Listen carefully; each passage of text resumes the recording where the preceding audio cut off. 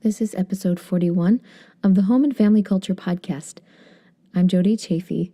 In this episode, I had the opportunity to interview some attendees of the LDSHE East Homeschool Conference and to get their review of how they experienced the conference. And so there's a little bit of ambient noise in the background, but I worked on covering it up with some pretty music, so I hope you enjoy.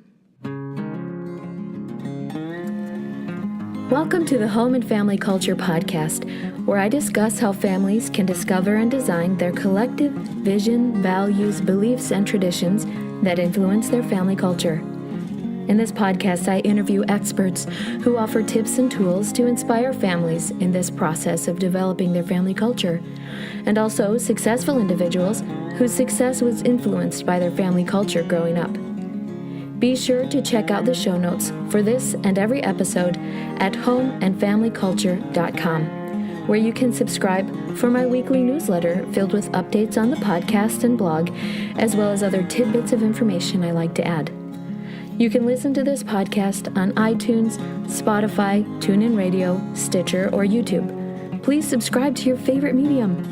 You can also find me on social media at Family Culture Podcast on Instagram, Facebook, and Pinterest, and at _Family Culture on Twitter. Be sure to comment, follow, like, rate, and share. But enough about all of that. Let's get to the episode. Thank you for listening. Thank you for being on my podcast, the Home and Family Culture Podcast. Tell me your name. My name is Jill McKenzie. Hi, Jill. Hi. Thank you so much. Absolutely. So we're here at this LDSHE conference, and it's super awesome. It's been way inspiring. It has been wonderful. Yes. Yeah, it's my very first time this year. Really? Yeah, I've homeschooled on and off throughout the years, but It has been my very, very first time to come to this conference because usually I work during the summers, but I didn't work this summer, so we made this happen so we could have a different adventure, and it has been very enlightening and incredible. Awesome. Yeah. So when you were preparing to come, what were you hoping to get out of the conference? I didn't really know what to expect. I knew it would be like a women's, education week or something, but I didn't quite know what to expect, honestly. Yeah. And when I came, my first thought was, what am I going to get out of it? I was looking for some tools to be more creative. I was looking also to see, I feel like I've been inspired with certain things to teach my children, and I think I came here to maybe have a checklist to see, were some of those inspirations correct? Were some not? So I was looking basically for more refinement so that I could become better at what I'm doing now. Awesome. So, yeah. So what is one thing that has stood out to you that did you find an answer? Or? Wow, what a question. I found many answers. So I'm just going to choose one because I have about 100. Yeah. There was a class just today that was on strategies of how you can teach your children different ways to be creative. I have very creative boys. And yes, they are boys, but they are super creative. And so they like to explore and learn different ways. And some of the ways the checklist was met that I went, yes, I'm doing something right. And then there were some other things that I learned some tools to refine what I'm already doing. Like using different charts or different ways to express or revoicing what they've learned or teaching them how to write better or read better. It was just phenomenal. I have a 12-year-old, and it was a total answer to what I was looking for. So it was amazing. Yeah. 12, you're getting into that teenage year. Exactly. But the same principle that I learned today would apply to my grandchildren, or if I was a mother of young children. Sometimes I think one of the questions that came to my mind as I was listening, and many times we as women have internal conversations as we're hearing truth, right? Yeah. Like, am I doing this, or why didn't I know this years ago? And one of the things that came to me was, when the student is ready, the teacher will appear. But we're all students, we're always learning, so we're given step by step what we need to do. And I feel confidence in the Lord in inspiring me. And I knew that this year it opened up for a purpose for me to gain more. That the other children, the answer I received that the other children I had raised, it was very amazing that they were meant to do what they were meant to do, but the last two that I'm working on were meant to receive the tools I received today so that I can take them to the next step higher for their time. So that pretty much segues into my last question. Yes, yeah, it does. You know, how are the things you're going to learn? What is one thing that's going to influence your homeschool and your family culture? Oh, you know what? I really worked hard to teach my children that if you want to go to public school, you can. You can be among the masses. You're not necessarily a part of them. But at the same time, who knows what the world is going to do? I want them to have the confidence and the ability that if they want to homeschool, that they can do it, and that the resources are phenomenal out there, and that most homeschooling moms like us, we're all wanting the best for our children. So we sometimes will pay for the best, or we look for the best, but usually the best is truth. And usually the best is looking towards that light, which is the one who gives us this, and that is Christ and our Heavenly Father. So for me, I just want them.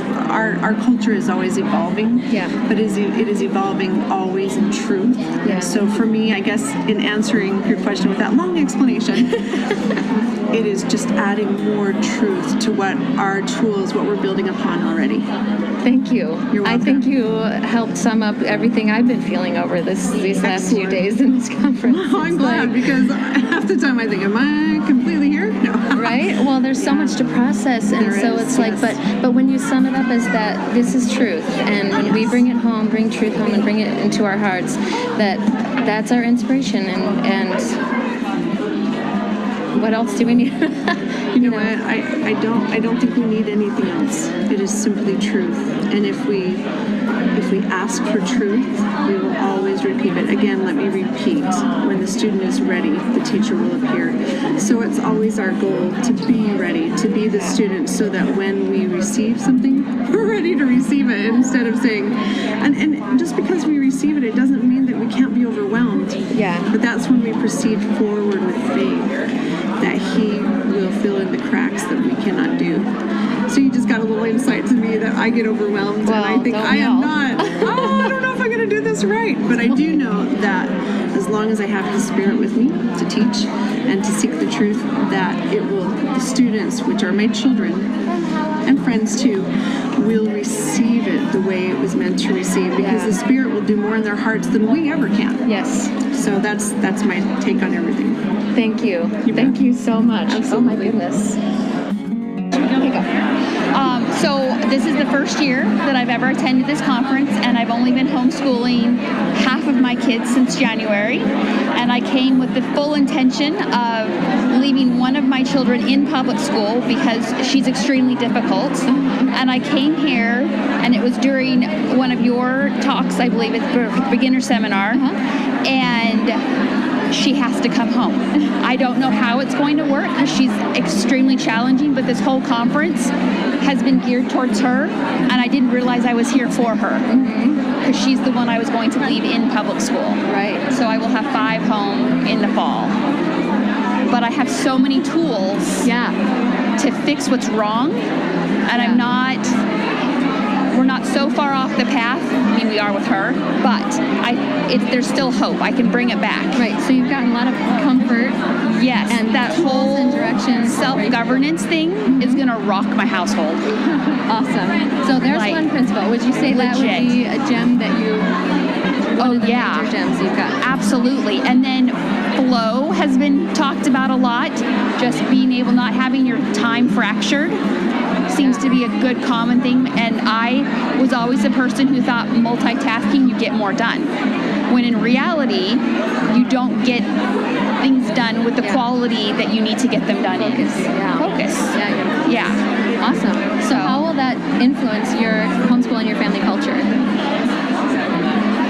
More driven, more independence, more freedom, more love and compassion, more respect. And I got a lot of work on myself to do to make that all happen. But I'm leaving with the tools to do it. Yeah. Now I have to find the time not to sleep so I can do the research. I think that's awesome that you say that it's work on yourself, because, it really does start with us, and then it trickles down to our families. Whatever we are developing, Right. they pick up on that, and that's a huge part of family culture, is what we model, how we talk to each other, Right. and things like And that. this is not how I was raised or brought up or even thought of. So I'm doing absolutely everything that is opposite of how I was raised and brought up. Right. So there's a transition there. Big time. So say your name one more time. Daisha Gessel. Thank you. Uh-huh. Okay, say your name. And then, Meredith Miller. okay. And so what did you hope to get out of the conference? I hope to get better tools for more bonding with my child, one particular child, the one I started with this year. Yeah. She and I butt heads a whole lot, but I adore her. We're very similar. So you butt heads. Butt heads. I call her like the Leanne called in her management. What was it called? Conflict management or whatever class. Yeah. She talked about her stress. Her kid like was defiant. skilled in stress enhancement, and she goes, "But really, he's high energy." And that's my daughter. I think that she's very good at stressing me out, but at the same time, through multiple classes, I feel like I got so many tools to make her feel heard. Like I think she treat her more importantly and with more respect. And I think a lot of things we resolved with just even simple stuff like how we talked about turning and facing the person, looking them in the eye. And actually, there were more than one speaker who talked about looking them in the eye. I think that if she felt more heard and more respected, and I don't know, I think that we could heal a lot of the issues we're having right now. Although I've absolutely loved having her. I've loved this year. It's been our first year of kindergarten, so I was lucky to start from the beginning. But I know going forward, if I stayed exactly how we were, it would not be a success, and we wouldn't be helping our family. And I want to. Anyway, I feel like I've gotten so many good. And you're seeing that those things that she's maybe defiant, you can see them more as strengths rather than as like opportunity. How she said Nephi was, I'll go and do, and Moroni was probably that kid like, hey Dad, I'm going over that wall. And I'm like, that's my girl. And I've always said she's going to do wonderful things if I can teach her the right way, because she has this bold, strong personality and strong-headed. And my husband and I have always said she is going to do amazing things, but we can screw it up too. She's going to move mountains, but we got to make sure. And our little one, we see that fire in him too. Like, we have some very strong-willed, awesome kids, but sometimes we discipline too much or punish too much some of those behaviors, rather than being like, hey, let's use it this way. And I really want to work on that. And I feel like through many classes, I feel like I could piece together something from every class I went to, and it was all like, hey, here's how you can fix this relationship. And it was, That's awesome. Really good. So many great tools of how to heal your family, or how to just function better, right? I mean, you spend so much time together when you're homeschooling, and so it's like you need to get these tools and resources. And I don't want to push her away, because people always say, why are you homeschooling her? You guys have a hard time. And I'm like, if my relationship with Heavenly Father is weak, I need to be on my knees more, not push myself away. If our relationship is weak, I need her more, so we have more time. Maybe there's more time for arguments, but there's also more time for connecting. And I just feel like we'd get the worst hours of the day if she was at school, and I'm like, when are we going to bond? If she comes home exhausted and I'm like frazzled. So that's a really good point. So how will these principles shape your family culture? Just be happier. I think there'll be more mutual respect with everyone. I want to try to listen more. But I think our family culture, I just think everyone's going to feel like more of a closeness and more a sense of belonging. Like we are unified, rather than, he's the favorite. She doesn't say that, but I just want I want everyone to feel very unified. We're all in this together. We have a family mission. That was another thing. We need to have a family mission. We have to have a purpose every day that we talk about. And I don't know. Thank you. You guys give me chills. Just great, awesome things. Thank you. Sure. Say your name. I'm Emily Dudenheffer. Okay. And what did you hope to learn or come expecting to get out of the conference? So I was expecting to get some guidance in higher level learning, because I have a budding middle schooler. He's going to middle school. I've homeschooled for 3 years, so we kind of found my groove, but I know that there's constant room for improvement. So we have some certain standards already established in our house, but there can be a lot more connection. I plan my year around this conference, because by the end, and I actually plan our co-ops and things to end so that I can recharge and reconnect. So I loved the We Are Not Alone, because having other LDS homeschooling families because our religion is such a huge part of our entire life, so you can't really separate that, especially from a homeschool situation. So being with other women and being empowered by other women's stories and by other women frazzle days, and knowing that we all have both of them means that we are all, like they said, in this together. So some specific things that I really enjoyed were there was one talk that talked about the third thing for you and your child to both love. So that you should have a third thing that you both really enjoy, that's your special thing. So I was looking for something that would help also with that bonding with my children, that I can elevate those relationships. I really enjoyed high trust relationships and other things like that were addressed, because that's why I do it. I do homeschool for the connections with my children and to help them know how to make those connections in their life. Because when we're done, I have the interesting experience of almost losing a child at the age of 1 year old, and so my experience, I am preparing them not just for what's going on now, but for the life to come, and the connections that we make here are the most important. So I get a lot of those connections too, and reminders of the importance of the connections I'm making. What is one other principle, or that's something that stood out to you that will influence your family culture?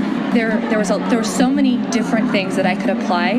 One of the things that I think I took most away from the presenters and from the other people I'm around is that when they have bettered themselves by giving them more tools, more information, more books, more knowledge and understanding, the people who I respected and really looked up to and wanted to emulate, that's why I come here, is to find people of inspiration, is I found that those people, the content might be different for each one, but they have spent a lot of very determined time to better their own understanding. Yes. And so that has given me motivation to better my own understanding, and that kind of incentive to say, I like that, I can emulate that by doing some of those things. And all of them had something very in common, and they read a lot. They did not watch a lot of TV. There was not a lot of screen time in their home, and their time was very much compounded by the Lord in doing that.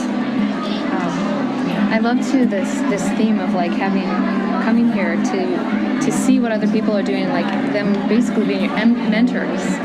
You know how important that is, that these people that come to this conference are really passionate about what they're doing, and that it's passionate for them to then turn and help the rest of us, or to just testify to us or tell us stories from their experiences. How inspiring that is, and that it really does carry over into our homes, and just the inspiration is, absolutely, I can't measure that too. Absolutely. Awesome. Thank you so much. Okay, what's your name? Amber Larson. Hey, Amber. Hi. So, as you were preparing to come to this LDSHE conference, what were you hoping to get out of the conference? I think I was hoping to find, I'm a new homeschooler. Okay. So I was hoping to find a way of homeschooling that was different than the way I did it last year. So this is my second year. And I felt like the last year was not very successful for me or my kids. And so I came looking for ideas on different ways to do things, different methods, different systems, and things like that. Great. Did you find what you were hoping? Yeah, in some ways. I think I mostly found the courage to do what I've always wanted to do, just didn't feel like I could do. Yeah. Just, it's too different from what I know. Right. And so it feels scary to try. But I think the conference gave me courage that I could try it. And if it totally fails, that's okay. It's okay. It's true. There's this message that's like, we're part of this process together as a family to figure out how we tick and what's going to work for us, and just keep trying. Yeah. And you're not going to ruin your kids. Right. Really. Let's hope that's really, and it's really hope that's true. Right? But it's great to come here and hear other people's experiences of that they tried the things and they didn't ruin their kids. And it's like, oh, wonderful. Yeah. That's good news. That's very reassuring. Yeah, and that people have done it all different ways. Yes. And all their kids are turning out successful and fine. And so the way you do it isn't so much that important as choosing a way and going with it. So. Yes, I love that. Awesome. So what principle has stood out to you the most from this conference? that stuck with you? I think maybe that family relationships trump it all. If that's the only thing that you really do at some points in your homeschool is build your relationship, then you did the most important thing, you know. And then the academics will come and go, and there'll be good days and bad days, and good years and bad years, right? But keeping that relationship, a good relationship, constant is what matters the most. And how much hope that is.